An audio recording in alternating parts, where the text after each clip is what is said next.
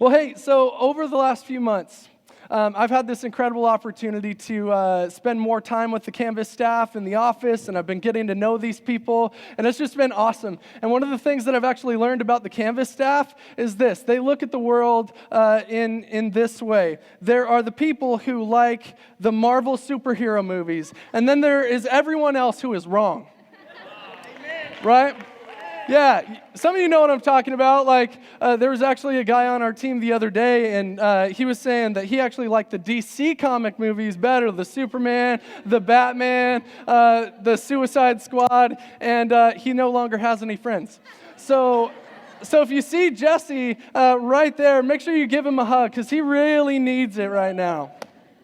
Yeah, man, we love our superhero stories, right? We love the superhero versus the supervillain, good versus evil, or even lately it's been the rise of the supervillain or the anti-hero, right? You got your Walter White from Breaking Bad, he's coming back, or the new Joker movie is coming out, or Woody from Toy Story 4. All right, I'll admit, I haven't seen it yet, but I heard it gets dark. I don't know if that's true. But we love a good hero story. And as we've been going through this series called Team Humanity, we've been exploring the idea of how we can recover our humanity in a hostile world. And if I'm honest, it can be really frustrating and overwhelming to just think about the complexity and the challenges that we face in our world. And as we think about what we're facing, it would just be so easy to imagine a world where we could just hit the easy button and everything was made right? Like, if you and I think about it, the world would be such a better place if we would fight for humanity and not with humanity. Like, if we could shift our thinking and our approach to relationships and money and technology and politics, and just recognize that we're all a part of the same human story, that there is no them, there is only us. Like, imagine what the world would be like. That would be a better version of life, wouldn't it? But sometimes that's easier said than done. When the rubber meets the road, you and I have, like I said, probably fantasized about ways that we could push that easy button and just have everybody get along. Or maybe we think, oh man, it would be easy if we had a hero that could come in and save the day. You know, maybe we elect the right person. Maybe we support the right types of organizations. Or maybe we follow somebody who shares and spreads the right kinds of ideas. And then maybe we could save the day. But let's be real. We need heroic. What am I trying to say here? We need heroic, oh my gosh, I'm totally blanking. Let me go back to my notes here. Let's start over. So, imagine a world if we had some heroes that could step up. Let's be real. There's no such thing as a hero, right? But let's talk about heroes, because a hero is somebody who saves the day. Sometimes they save the entire planet, or other times it's just one person's day, but no matter what, a hero saves the day. Are we back on track? Yeah. All right, you with me? All right, cool. See, the thing about this definition of a hero, somebody who saves the day, is it kind of makes being a hero inaccessible to you and me, right? Like, it's easy to fantasize about being a hero, or it's easy to celebrate somebody else when they do something heroic or they save the day. But for me, man, that's just like too out of touch. You're thinking to yourself, like, sure, I want to make a difference, but I'm just swamped trying to make ends meet for myself. Like, I can commit to being a good person, but if you're telling me that a hero saves the day, forget it, right? Forget it. See, a hero is a status that's just too out of reach for you and for me. And that is until Jesus comes along. Jesus comes along. And I love what we're going to be talking about today. If you're following along or taking notes in the app, today's teaching is called How to Be a Hero. And because Jesus, he's just so incredible. He's an incredible teacher. He's the master storyteller. He's the master communicator. He's the master. He comes along, and with one single question, he not only made hero status accessible to you and to me, But he takes away all of our excuses for why we can't be a hero at some point in our life. So here's how the story goes. We're going to look at Luke chapter 10. And it says, on one occasion, an expert in the law, that was a lawyer, somebody who was an attorney, they knew the Jewish tradition, they stood up to test Jesus. Now, this was a pretty common thing. These people were the center of the power structure, and they wanted to embarrass Jesus because he was challenging their power. He was challenging what they stood for. And so he came up to test Jesus. Teacher, he asked, what must I do to inherit eternal life? So he asks a really good question about the law. But Jesus, because he's Jesus, he saw the real question under the question. There was a question that this guy was asking to trap him. And what did Jesus do?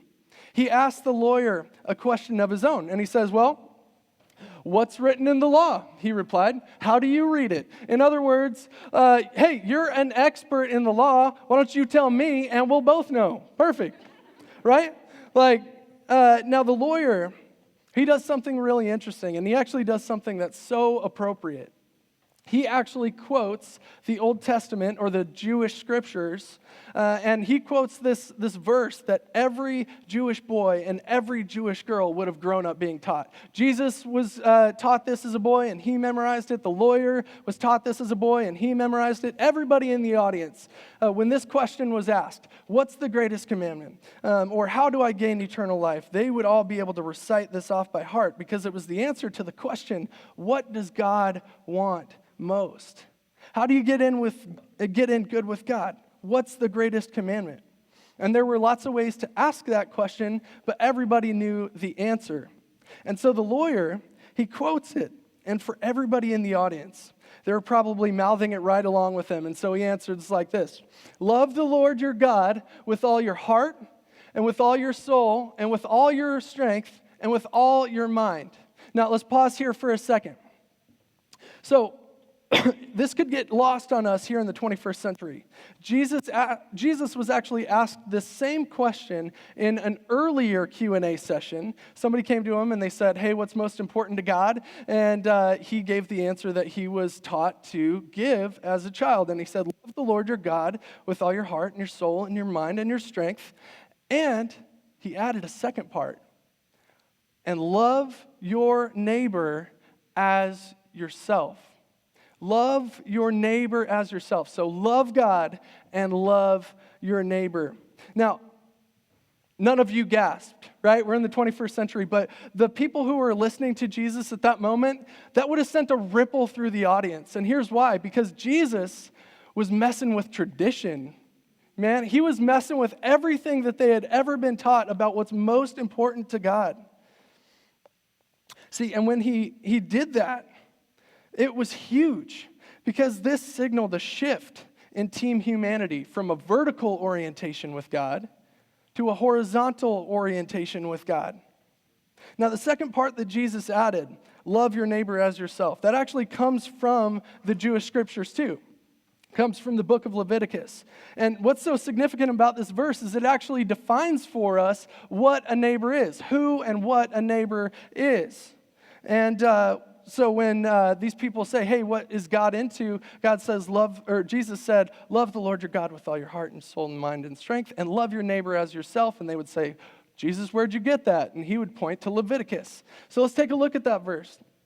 It says, do not seek revenge or bear a grudge against anyone. Let's say these next three words together. Among your people. One more time. Among your people. Yeah. Don't bear a grudge against anyone among your people.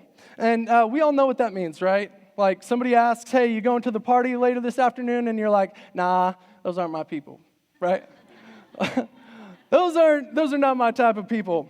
And so in a very ethnic and nationalistic kind of way, what this verse is basically saying is that when it comes to how you treat people, you shouldn't bear a grudge against anyone that is your people, right? So the author, they repeat the same kind of idea, but again in reverse. So don't bear a grudge against your people, but love your people as yourself, or the word here is neighbor. It means the same sort of thing. And the author wants to make sure that everyone knew what a neighbor was. And do you know what a neighbor was to anybody who took the Jewish scriptures seriously? Other Jewish people, right? It was their people. You would ask anybody, hey, who is your neighbor? What does that mean? And they would say, my Jewish brothers and sisters. All right? So, done with the history lesson. Let's jump back to Jesus and the lawyer, right? So, Jesus had given this Q&A session, and he quoted Leviticus, and he said, love your neighbor as yourself. That's the second part. And apparently, the lawyer, he was at that earlier Q&A session. So, he shows up, and he asks his question, and he knew all about that second part. And Jesus asks him what he thinks is the most important thing to God. And the lawyer, just super smug, he grins, and he's like, well, thank you for asking. Love the Lord your God with all your heart and your soul and with all your strength and with all your mind, and love your neighbor as yourself, Jesus. Like, he gives Jesus the patented Jesus answer. And Jesus, because he's Jesus, he sees the thing under the thing. And Jesus, he probably was sitting there smiling. He was like, hey, nobody usually gets my questions right. I'm kind of a confusing guy, right? You actually nailed it. And so he says in verse 28, you've answered correctly, Jesus replied. You got the vertical part and you got the horizontal part. It's not just about making God happy, because you can't make God happy unless you're loving your neighbor, right? And here's where he goes, good job, gold star, buddy. You did great. And then he leans in and he says, you got the answer right, so go do it. And the guy was stunned. And the way, there was just something about the way that Jesus said it that made him squirm. And he was like, wait, let me get this right. Like, I'm an expert in the law. Did Jesus really just call me out? Like, I got the answer right, and he just called me out? Of course I love my neighbor. Of course I know that I need to love my Jewish brothers and sisters. And so verse 29 says, he wanted to justify himself. So he asked Jesus, well, who is my neighbor? Who is my neighbor? And see, the lawyer had a question under the question.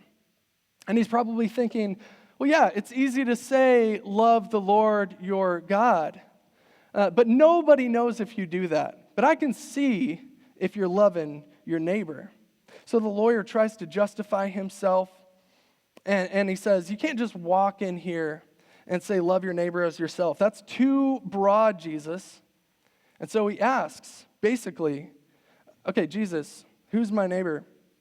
What's the minimum amount of neighbor loving that I can do and still make you happy? What's the minimum amount of Jewish neighbor loving that I can do in order to gain your favor? And Jesus, again, he sees through all this, and he doesn't play the game. And instead, what he does is he answers the question with another question. He answers the question that the guy should have been asking. And it's not, who is my neighbor? It's, what does neighbor love look like, right? What does neighbor love look like? See, if my responsibility is to love my neighbor as myself, then Jesus, come on, give me some practical tips. Tell me how to do that. But the lawyer, he wants like the minimum requirement. He wants to know, how can I make sure that I give God what God wants without sacrificing or missing out on what I want? But Jesus, he always does this. He wants to inspire you to something great. You know, he doesn't just want to inspire you to the minimum requirements. He doesn't just want to give you the lowest bar of what it looks like to love your neighbor. And this is where Jesus is just so brilliant. He launches into the most disorienting, paradigm-shifting parable of all. And the question is sitting out there, who is my neighbor? And Jesus says, well, I'll tell you. A man was going down from Jerusalem to Jericho when he was attacked by robbers. And the guy's like, wait. Like, I asked you, who is my neighbor? And all of a sudden you're launching into this story. You always do this, Jesus. Like, I ask you a simple question, and then you go off and you tell your stories that nobody understands. We ask you questions, and none of us can figure out the dang answers. Just tell me, who is my neighbor? But Jesus didn't care, so he kept going. And he said they stripped him of his clothes. They beat him, and they went away, leaving him half dead. Now, I'm going to pull out of the story for just a quick second. Like, how many of you, actually raise your hands, before today, how many of you have ever heard the story of the Good Samaritan? Yeah, so secret, I could go to pretty much any audience around the world today, ask the same question, and most people would be able to raise their hands because this isn't just a story that Jesus told. This is an idiom in our culture, right? Like, we all know what it means when somebody says, oh, she was such a good Samaritan. Like, she was so helpful. We get that. It's deep inside of us. We don't even know any Samaritans, but we know this story. And see, here's why that's such a big deal. 2,000 years ago, Jesus introduced a word picture through a story that still impacts our culture today. That's a big deal, right? And this is why you should follow Jesus. If you're into the whole Good Samaritan thing, then you've already taken that step toward being a Jesus follower. And this is what Jesus called us into. But I tell you what, it's not common. It's not natural. It's not the way that things are done. This is a uniquely Christian idea. This is a uniquely Jesus idea that he calls us into. And even his Jewish audience, when Jesus told this parable, it was not a norm. It was not the thing they did. Nobody did what he was about to ask us to do. See, following Jesus, it might not always make your life better, but it will make you better at life. So if everybody in your family took on this teaching for 1 month, if everybody in your community or your city did this and loved your neighbor, imagine what kind of world that would be. That's why we're doing things like Love Week, because we are passionate about going out into the world we love to show people what the love of God looks like. You want people to experience God's love? Well, I'll tell you what, they're looking at you. They're looking at me. So this idea, it's powerful. And it's powerful because you knew the story even before I even started telling it. That's pretty cool.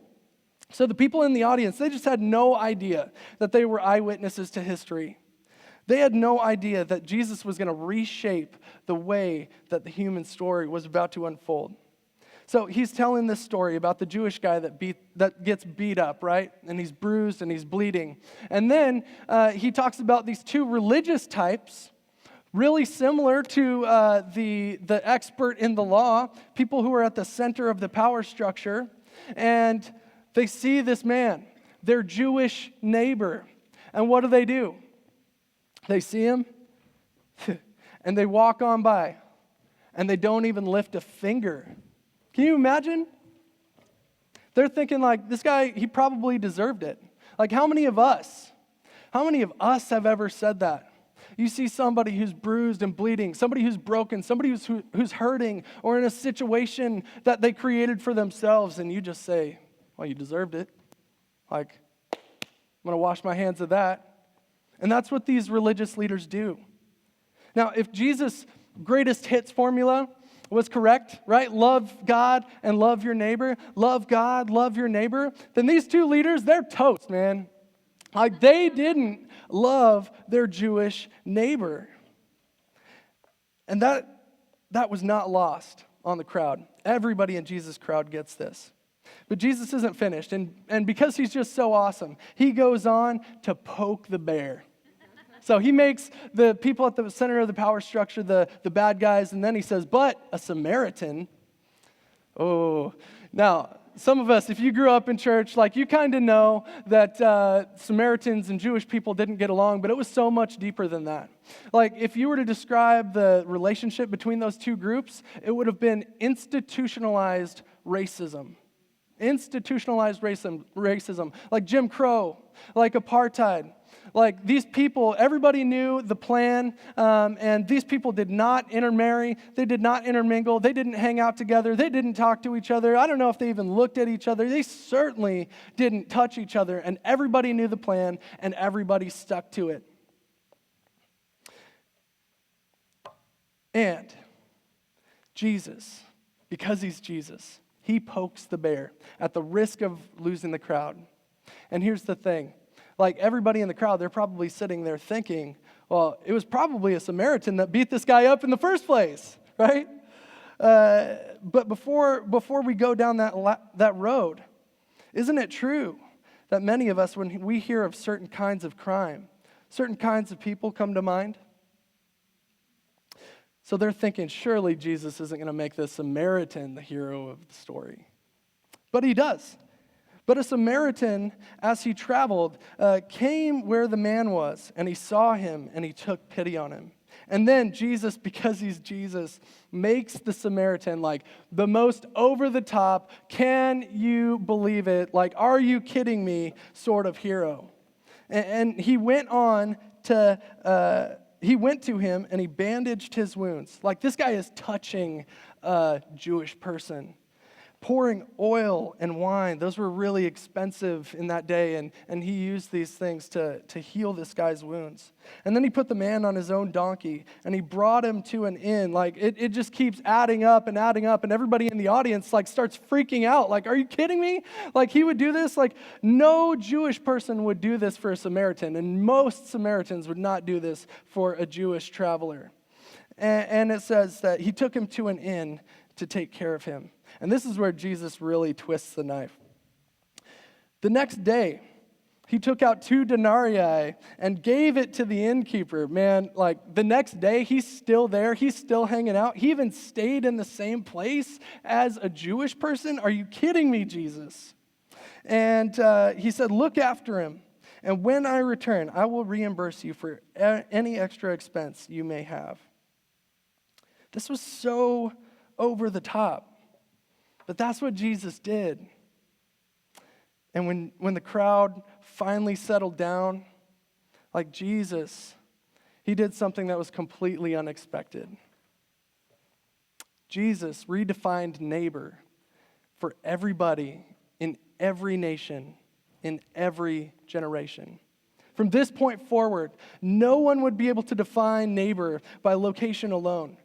To the shock of everyone, Jesus expanded the idea of a neighbor outside of the Jewish people, outside of the Jewish scriptures. That was a huge, huge deal. And when he did it with a perfectly timed, perfectly crafted question.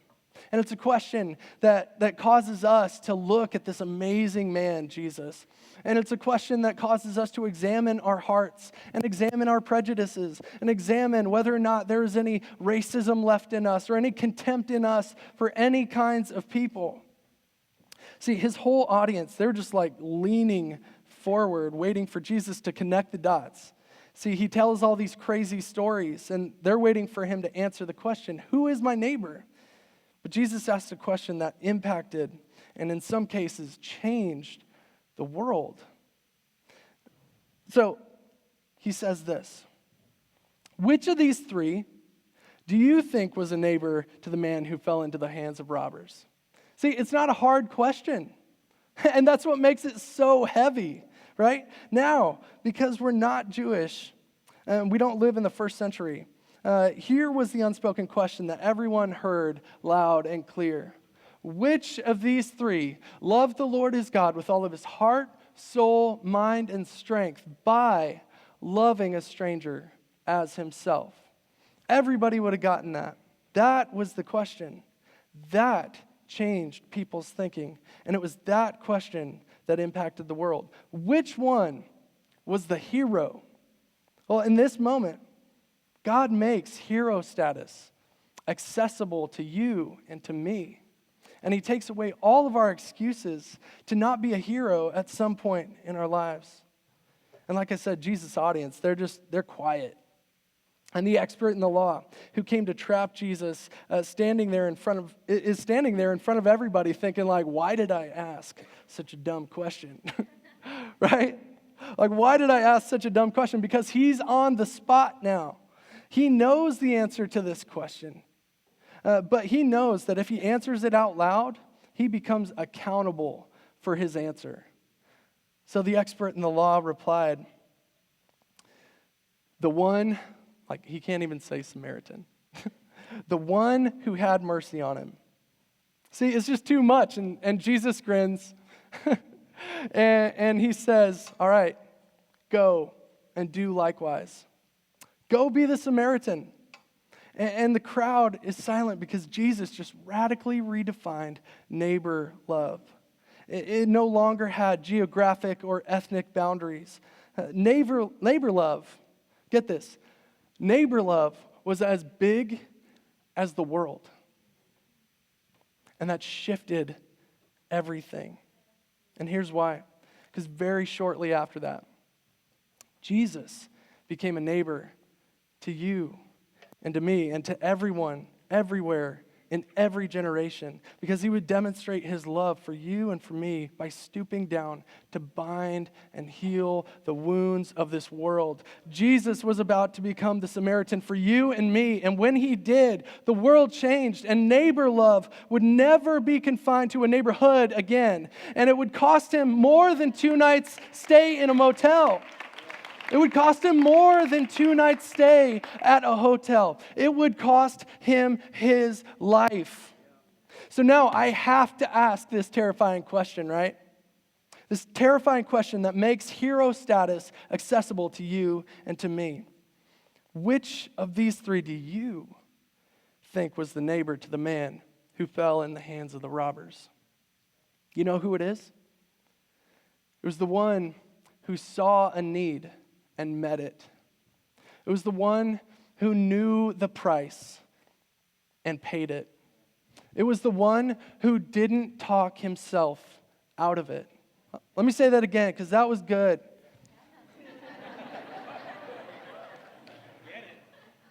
It was the one who saw a need and met it. It was the one who knew the price and paid it. And it was the one who did not talk himself out of it.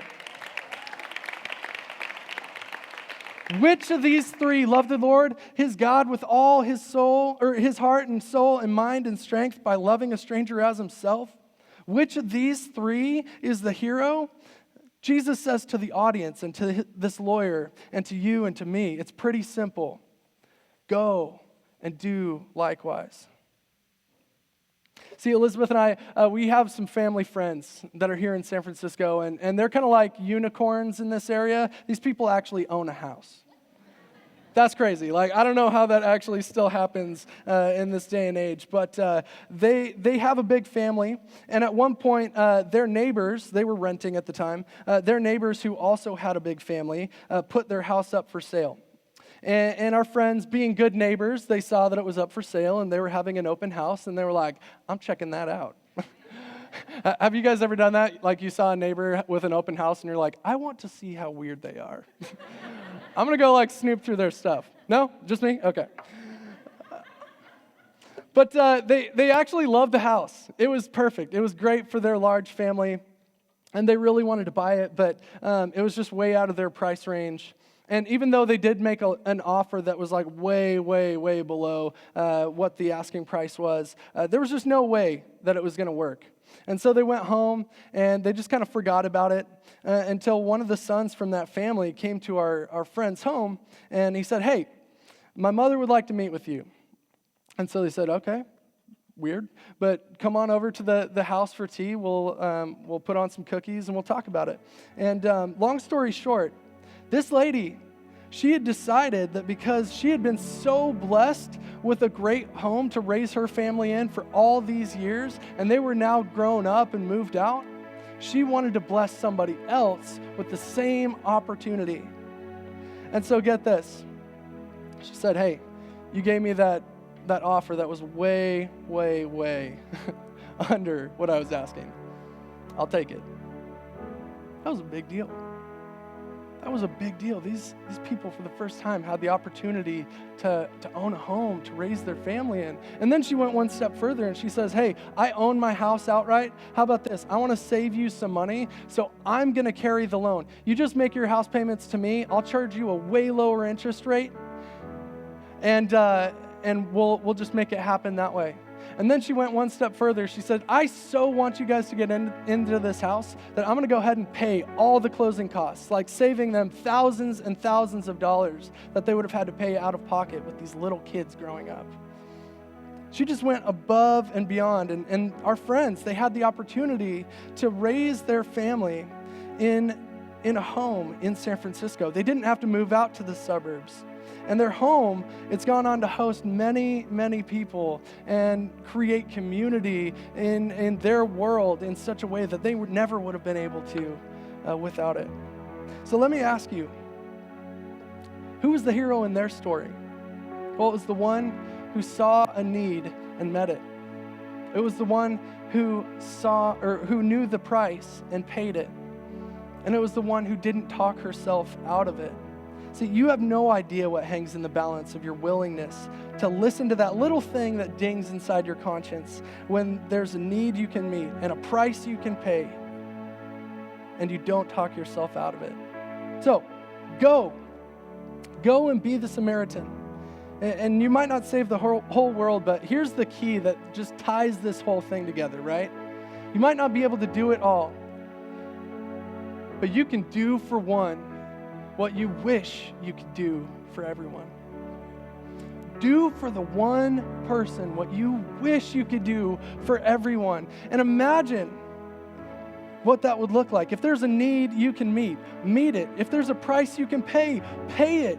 That's what modern day heroes do. And that's what Jesus did for you. And it's what he commands all of his followers to do for the one person what you wish you could do for everyone. So where do you start? Where do you start? Maybe you have an idea. Maybe you've got a coworker that you just can't get out of your mind. Maybe you've got a friend that you know needs help. They're stuck in a struggle and you can do something about it. You know the price and you can pay it. Or maybe for you, you're not totally sure. Maybe it's time that you take the earbuds out of your mouth or out of your ears for a couple days a week to see the needs around you. Maybe you need to pray, God, would you open my eyes? Or maybe you just have no clue. And if that's you, maybe the first step is to sign up for Love Week. You know, to be a part of what God is doing in this city, to partner with your church community to see a need and meet it and pay a price. See, there are tons of opportunities. And it's just going to be an incredible time. So I hope you join us for Love Week. Here's where I want to land. Be the means to an end that is not you. Be the means to an end that is not you.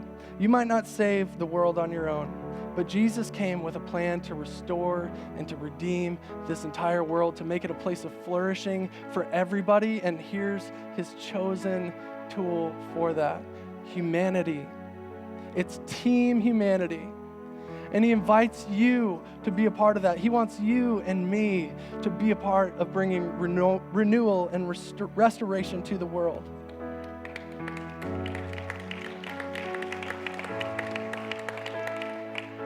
So, if we're going to recover our humanity, start by being a hero to the one in a way that you wish you could do for everyone. And imagine what the city would look like if every time we had an opportunity, we did that. Imagine what that would look like. That would be a world worth fighting for.